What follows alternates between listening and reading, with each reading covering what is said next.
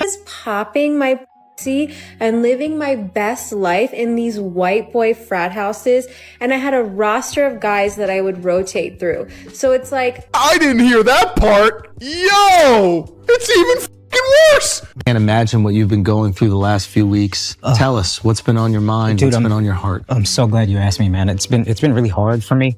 Hard for you? Oh my God. Oh my God. Jocelyn Sitton's in the building. She wants vengeance. What is loud? What was that? His dick smells. No, but for real, you got a stink dick husband sleeping on the floor. like, what's wrong with you, man? These narratives, you will call your wife a gold digger and a whore and all these other things. It finally went down. We just watched a 40-year-old man get dragged in real time, right on his own platform, with his wife running the whole takedown like it was planned from the start. That alone was wild to see. This wasn't some quiet argument behind closed doors. This was public, loud, and messy. You could feel that this wasn't just content anymore. This was personal, and what made it worse was the people around him. The same ones who called themselves his friends were sitting there grinning, tossing jokes, laughing right at him like it was comedy night. Nobody stepped in. Nobody tried to cool it down. They treated his breakdown like background entertainment, like clicks mattered more than a real person's feelings. It felt fake and cold at the same time. That whole hour felt heavy. It was like watching someone already down on the ground keep getting hit while everyone just stood around. The vibe was tense, awkward, almost hard to breathe through. It wasn't dramatic in a flashy way. I just know that Nav's dick is like at least 10 inches. but it was just like dancing, getting dressed up, and maybe that was my mistake. Jen, have you ever heard of the repressed Catholic schoolgirl? You could have a roster of frat boys. But What does a roster mean? so it didn't actually translate to a roster. It just meant like two guys I was talking to and flirting with at the same time. That's it. It would be hilarious to come in here and find out you had a huge roster and was lying about being a virgin this whole time. Wait, funny for you. It would have been heartbreaking for you. Yeah. Because kisses when there are not people around? No, not when there aren't people around, just when there are people around. And I never even That's knew. worse. I never. It's like the repressed Indian girl thing where it's like I get a little bashful. I do get a little shy, despite what the internet thinks. It was slow and draining, the kind of painful that makes you question why the cameras were still rolling at all. For the past month, the internet has been locked in on Kosh non-stop, and let's be honest, most of that storm came from his wife speaking a little too openly. Private details that should have stayed behind closed doors got pushed into the spotlight. I'm actively trying to have an orgy. May the 4th is Akaash's birthday. And May the 4th be with you. Yes. Yeah, and every year I dread it because I have to be nice the whole day, and I have to get him something, and I have to also be nice and do like acts of kindness. My wife also hadn't had any sexual partners, so that helped us connect a lot more. Now, let me ask you this. And Do you believe her? If you've seen her, then it's hard to believe. And once that line was crossed, there was no pulling it back. When that kind of info hits the timeline, it spreads fast. Now he's standing on a major platform with nowhere to duck, nowhere to breathe, just facing it all head on. So with damage control clearly on the agenda, Akaash and his wife Jolene pulled up together on the podcast, trying to answer every question flying around and calm the noise. On the surface, it looked like unity, but within minutes, you could tell where this was headed. She had a response ready for everything. Every situation came with an explanation. Every accusation got flipped and reshaped until somehow it all pointed back at him. It felt like watching a full breakdown in real time where nothing stuck to her side. No matter what came up, it circled right back to Akaash like he was carrying the whole weight of it alone. Well, can we settle something for the internet? Yeah. Yeah. Will you kiss Akaash right now? Okay, prove everybody wrong. But it's gonna mess my leg. Bring that ass over here. Bring that ass over here.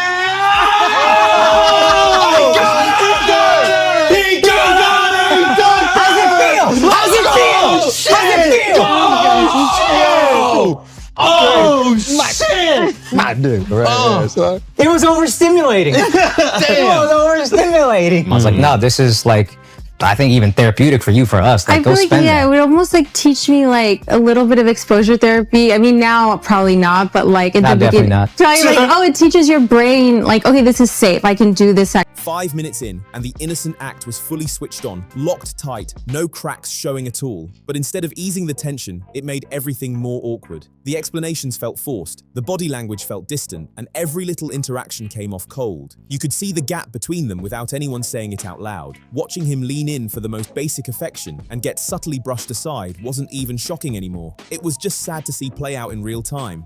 Now here's the part that really made people pause. She says she's way too shy to give her own husband a simple kiss in public, not even a quick peck.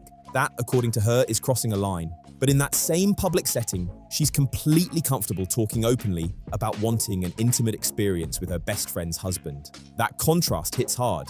One moment it's "I'm too shy," and the next it's bold oversharing without hesitation. To this day, she still avoids basic affection toward her husband, and every time it gets brought up, there's a fresh explanation waiting. It's overstimulation, it's OCD, it's confusion about certain phrases. There's always a reason lined up, and then she casually repeats the same points again in her own videos, like nothing ever sounded off. To share your virginity with a girl, and she threw it to some frat house in fucking 20 years ago. A white dude. A white guy! A fucking white guy! Never. Got that shit. I would watch the videos and I would die laughing. As a friend who loves him, I would die laughing. My daughter avoid in the near future. I have a 2-year-old daughter. Which frat party should she not go to? Shy should avoid teak because they definitely so simple and easy, and that's more what I was talking about. Now everybody thinks you're a gold digging whore. Yeah, Yes. That's my wife for the time being. We're adding shows all over the place. Thank you guys for helping me support my gold digging wife. Like none of this is supposed to count. And look, I get it. Flagrant is a comedy podcast. That's the brand, that's the vibe. Jokes, roasting, pushing buttons. But when Andrew keeps going back to cracking jokes at his best friend's expense over and over, it stops landing. At some point, it doesn't feel like comedy anymore. It feels personal. And that shift is hard to ignore. The weirdest part, they're clearly tossing out jokes right in her face, and she answers every single question like she's under oath in a courtroom. No wink, no laugh, no playful back and forth. Just serious mode the whole time. It throws the energy off completely. You can almost see the confusion sitting on that couch. And let's be real, nobody there looked fully sold on what they were hearing except Akaash himself. The rest just smiled through it. Stiff laughs, tight shoulders, polished suits that looked more staged than relaxed. And somehow they still squeezed in promo for their live shows right in the middle of all this tension. Meanwhile, Akaash looked drained. The past 30 days clearly weighed on him heavy. He didn't just look stressed. He looked like the month aged him years. There's this nervous habit he keeps doing with his tongue, and once you catch it, you can't stop seeing it. brown sugar, ghee, and flour like mixed together. Yeah. She's actually made a non-cooking ass bitch. Really? This useless bitch. Which is like Punjabi brown meat. What's on the internet was right about everything. Golding a horrible woman. He won. But don't let me get other pussy. One of our fans asked. Yeah, it's acquired taste. Women are bigger on pheromones. Yeah, You like there the is a pheromones. way that just kept you in it. You something just prime. Akaash wants the dude. The dude. You think you can handle all 10 inches of Nav? You think you can take Nav down? Shout out Nav, bro. Yes. Shout out Nav, you fucking homewrecker. Okay, what the fuck was that joke? It's like his stress is leaking out in real time. His face says everything. Tight jaw, tired eyes, forced smiles. You honestly can't tell who he's more upset with, Andrew or his wife, because both of them are turning his situation into content while he just sits there looking shaken. That's not a great place to be, especially when the cameras are rolling. Then that whole conversation about her attraction to her best friend's husband, the guy people call the Hammer, took the awkwardness to another level. The room got heavy fast, and just like clockwork, she slipped right back into the "I'm just naive, sheltered, innocent" angle. Same tone, same energy, like it explains everything away. But the moment that really stood out was when she casually admitted she outsources both cooking and cleaning. Meanwhile, Akaash is out on the road grinding, working non-stop. And from the look on his face, he had no clue this was happening. That part felt different. You could see his mind spinning. If that caught him off guard, what else has he not been told? That realization didn't pass quickly. It stayed hanging in the air. Suddenly, every past moment starts looking different, and you can almost see the trust getting shaky right there on camera. The tension gets thicker. The silence feels louder than the jokes. It's like he's replaying old conversations in his head while sitting under bright studio lights. The smiles slowly fade, the punchlines don't hit the same, and the whole vibe shifts into something heavy. You don't need anyone to spell it out. You can feel it. Between the unexpected reveals, those long awkward pauses, and that sharp change in energy, the episode spirals quick. His reactions say more than words ever could. As it drags on, it honestly feels like she keeps revealing more about herself without even realizing it. And what stands out most is that she doesn't seem to think she crossed any lines in the first place. There's no real pause for reflection. No moment of, maybe that sounded off. Just full confidence that she did nothing wrong. She even brings up how much she enjoyed being compared to Ayesha Curry, like that comparison was some big win instead of a stretch. The self-awareness just isn't clicking. And then, just like that, it all gets framed as a joke. It was a bit. I feel like for us, I think I learned so much of my humor from Akaash, not to like justify it, but just to explain like, oh, if I say these absurd things, it's so funny because it's not who I actually am. Right. But I kind of forgot that like the internet doesn't know all these multi-dimensions of my personality. So they're Right. just seeing this one thing. Right. So that It was comedy. It was never that serious. Somehow, it circles back to being Akaash's fault because she says she was just mirroring the humor style he introduced her to. I honestly don't think I've ever seen someone sidestep accountability for a full hour straight like that. Every question, every turn in the conversation just slid right past her without ever sticking. It was smooth, almost too smooth.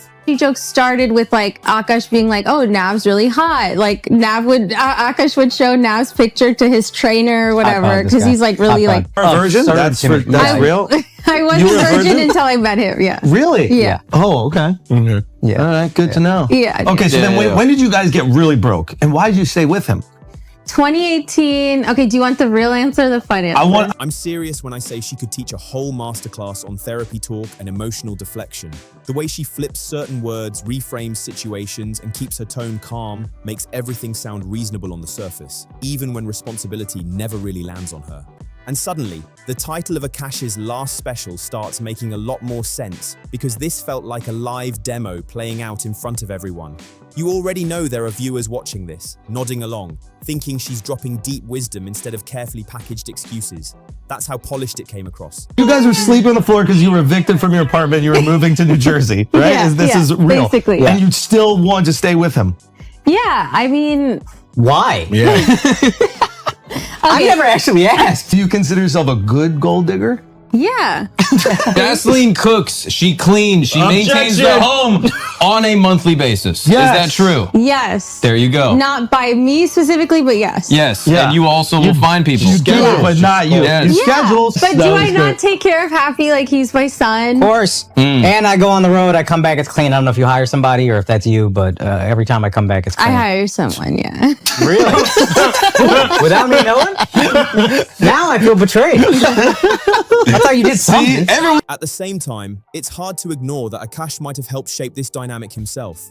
From the outside, it looks like he built an environment where pushing back just doesn't happen.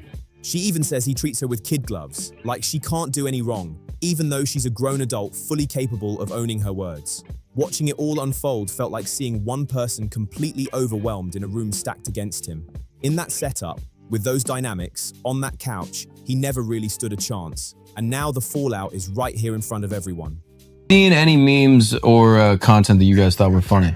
Ayesha chicken curry. That was We got to go through the funniest one. Objectively good. Objectively good. Yeah. I also like Ayesha curry. Yeah. that tracks. Yeah. Digging the hole again. Digging the- You're presenting this version of yourself online that's not true. But you're actually a trad wife.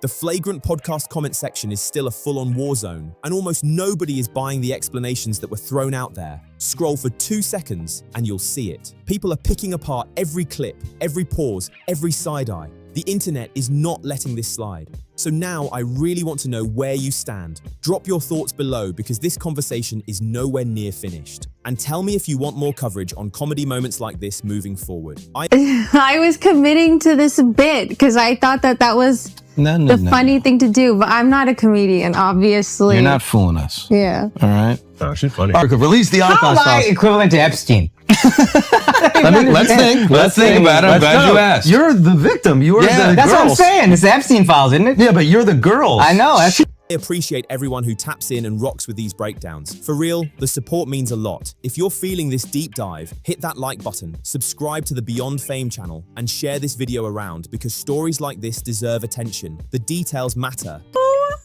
my God! How big is this? Big enough for you to shut up every time I tell you. Thank you so much. Medicine. Bring that ass over here. Bring that ass over here. You already know how we move over here. We keep it honest, we keep it direct, and when things get messy in public, we're going to talk about it. Some of these public figures keep testing the waters, and trust me, the spotlight isn't going anywhere. Jump in the comments and speak your mind because your take actually counts. This whole situation flipped fast, and the fallout is still unfolding right in front of us. What started as just a podcast episode turned into a moment people won't forget anytime soon. The tension, the side comments, the body language, all of it told a bigger story than the words ever could. And now the internet is locked in, replaying every second, trying to figure out what's real and what's spin. At the end of the day, this isn't just about jokes or comedy bits. It's about dynamics, respect, and what happens when private cracks show up in public. Once that curtain gets pulled back, there's no easy way to close it again. And whether people agree or disagree, one thing is clear. The conversation is not slowing down anytime soon. If you made it this far, I need you to tap in. Drop a like if you found this breakdown real and honest. Subscribe to the channel so you don't miss what's next. Share this video with someone who's been following this drama. And most important, hit that comment section and tell me what you think because your voice matters here. We're keeping it real every time, so stay locked in.